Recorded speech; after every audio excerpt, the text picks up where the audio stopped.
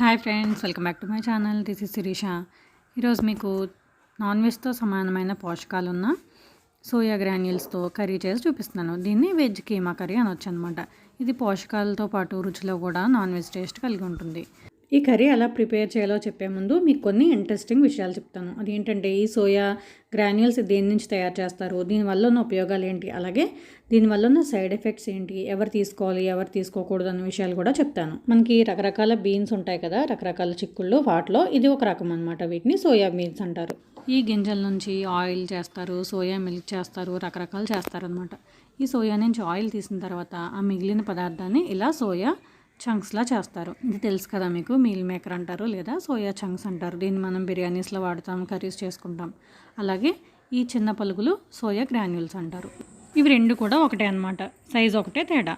Meal maker అనేది పెద్దగా ఉంటుంది, ఇవి అయితే పలుకుల్లా ఉంటాయి. రెండిట్లో ఉన్న పదార్థం అయితే ఒకటేనమాట. దీనిలో చాలా ఎక్కువ ప్రోటీన్ ఉంటుంది. మనకి నాన్ వెజిటేరియన్స్ అయితే ప్రోటీన్స్ కోసం ఎగ్, చికెన్, మటన్ ఇలా అన్నీ తింటూ ఉంటారు. కానీ వెజిటేరియన్స్కి అయితే ప్రోటీన్ సోర్సెస్ చాలా తక్కువగా ఉంటాయి. సో అలాంటి వాళ్ళకి ఇది చాలా మంచి ఆప్షన్ అనమాట. దీనిలో చికెన్, మిల్క్, పన్నీర్తో సమానమైన ప్రోటీన్ ఉంటుంది.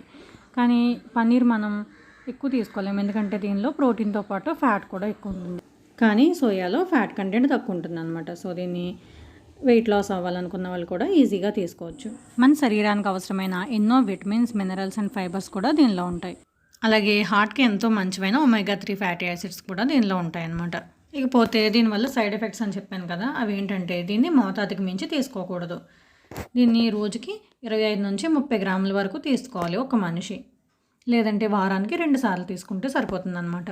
అంతకు మించి ఎక్కువ తీసుకుంటే కనుక మన బాడీలో ఉన్న హార్మోన్స్ ఇంబ్యాలెన్స్ అయ్యే ఛాన్స్ ఉంటుందన్నమాట. ఈస్ట్రోజన్ హార్మోన్ పెరుగుతుంది, దానివల్ల వేరే ప్రాబ్లమ్స్ వస్తాయన్నమాట. సో దీన్ని మోతాదులో తీసుకుంటే హెల్త్కి చాలా మంచిది, కానీ అంతకు మించి తీసుకోకూడదు. అలాగే థైరాయిడ్ హార్మోన్స్ కూడా దీనివల్ల ఇంబ్యాలెన్స్ అయ్యే ఛాన్స్ ఉంటుంది. సో థైరాయిడ్ పేషెంట్స్ దీన్ని అవాయిడ్ చేయాలన్నమాట. సో ఇప్పుడు కర్రీ ఎలా చేసుకోవాలో చూద్దాం. ముందుగా గిన్నెలో వాటర్ పెట్టి దీన్ని బాయిల్ చేసుకోవాలి. వాటర్ బాయిలింగ్ వచ్చిన తర్వాత దీనిలో 1 కప్పు సోయా గ్రాన్యూల్స్ వేసాను నేను. ఇవి జస్ట్ ఒక్క బాయిల్ వస్తే సరిపోతుంది అనమాట. చూడండి, బాయిలింగ్ వాటర్లో వేసాం కదా మనం, వెంటనే పొంగు వచ్చిందనమాట. ఇలా రాగానే మనం స్టవ్ ఆఫ్ చేసేసుకోవాలి. ఇప్పుడు ఒక గిన్నె తీసుకుని దాని మీద స్ట్రెయినర్ పెట్టుకుని ఈ బాయిల్ చేసుకున్న సోయా గ్రాన్యూల్స్ దానిలో వేసేసుకోవాలి. ఇప్పుడు దీని పైనుంచి చల్లని వాటర్ పోసుకుంటూ ఒకసారి బాగా కలిపేసుకోవాలన్నమాట. మొత్తం అంతా చల్లగా అయిన తర్వాత మనం దీన్ని చేత్తో బాగా పిండేసుకుని ఒక బౌల్లోకి తీసేసుకోవాలి. ఇలా పొడి పొడిగా అయ్యే వరకు పిండేసుకోవాలన్నమాట. ఇదంతా చేయడం వల్ల మనకి ఆ సోయా గ్రాన్యూల్స్లో ఉన్న స్మెల్ అనేది పోతుంది. ఇప్పుడు ఒక ప్యాన్ పెట్టుకుని కొంచెం ఆయిల్ వేసి వేడి చేసుకోండి. ఆయిల్ వేడిన తర్వాత దీనిలో నేను ఒక 2 బిర్యానీ ఆకులు, ఒక 4 లవంగాలు వేసాను. తర్వాత దీనిలో కొంచెం జీలకర్ర వేస్తున్నాను. వీటిని బాగా వేయించుకోవాలి. ఈ ఫ్లేవర్ అంతా బయటకు వచ్చిన తర్వాత దీనిలో మనం 2 ఉల్లిపాయలని సన్నగా తరుక్కుని ఆ తరుగు వేసుకోవాలి. అలాగే 4 పచ్చిమిర్చి కూడా చిన్న చిన్న ముక్కలుగా కట్ చేసి దీనిలో వేసుకుంటున్నాను నేను. దీన్ని ఒకసారి బాగా కలిపేసి లైట్గా ఫ్రై అవనివ్వాలి.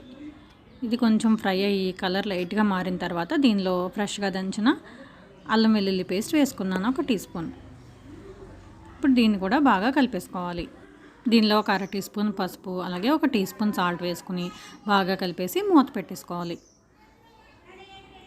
ఇప్పుడు దీన్ని బాగా మగ్గనివ్వాలి, ఉల్లిపాయ కలర్ చేంజ్ అయ్యే వరకు. చూడండి, ఉల్లిపాయ బాగా మగ్గిపోయింది కదా. ఇప్పుడు దీన్ని ఒకసారి మళ్ళీ కలుపుకొని దీనిలో సన్నగా తరిగి పెట్టుకున్న 2 టొమాటోల తరుగు వేసుకోవాలి. వీటిని బాగా చిన్నగా కట్ చేసుకుంటే మనకి ఈజీగా మగ్గుతాయి అన్నమాట. సో ఇది వేసిన తర్వాత ఒకసారి బాగా కలిపేసుకొని మూత పెట్టేసుకోవాలి. ఇవి టొమాటో బాగా మగ్గిపోయి మెత్తగా అయ్యే వరకు ఉడికించాలన్నమాట దీన్ని. సో ఇవి చాలా వరకు మగ్గిపోయాయి కదా. ఇప్పుడు మూత తీసి దీన్ని బాగా మెత్తగా అయ్యే వరకు ఫ్రై చేసుకోవాలి.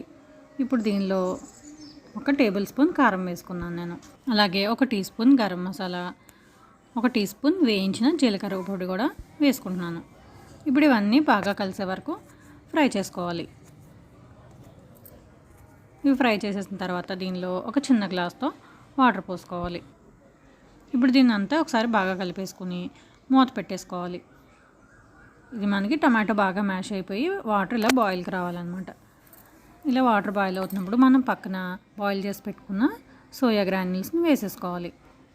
వేసుకుని ఇది ఒకసారి కలిపేసుకుని చూడండి, మనకి వాటర్ అంతా అబ్జార్బ్ అయిపోయినట్టు కనిపిస్తుంది కదా.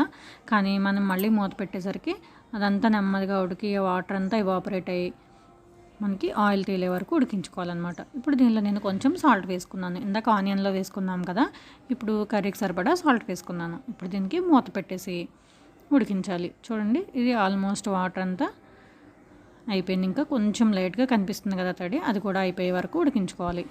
మనకి కర్రీ ఇంచుమించుగా కీమా కర్రీలా ఉంటుందన్నమాట. అది చపాతీ, పూరి ఇలాంటి వాటిలోకి అయితే, రోటీస్లోకి అయితే నంచుకోవడానికి చాలా బాగుంటుంది. చిన్న చిన్న పలుకులు కాబట్టి బాగుంటుంది అనమాట. టేస్ట్ కూడా చాలా బాగుంటుంది, అలాగే హెల్త్కి కూడా చాలా మంచిది. సో ఇది ఇలాగ బాగా డ్రై అయిపోయి ఆయిల్ బయటకు వచ్చే వరకు దీన్ని ఫ్రై చేసుకోవాలి. ఇప్పుడు దీన్ని సర్వింగ్ బౌల్లోకి తీసుకోవడమే. అంతేనండి, చాలా ఈజీగా చేసుకోవచ్చు. చాలా టేస్టీ అండ్ హెల్తీ రెసిపీ అనమాట. సో మీరు కూడా తప్పకుండా ట్రై చేసి ఎలా వచ్చిందో నాకు కామెంట్ సెక్షన్లో చెప్పండి. వీడియో నచ్చితే లైక్ చేయండి, షేర్ చేయండి, సబ్స్క్రైబ్ చేసుకోండి. Bye friends.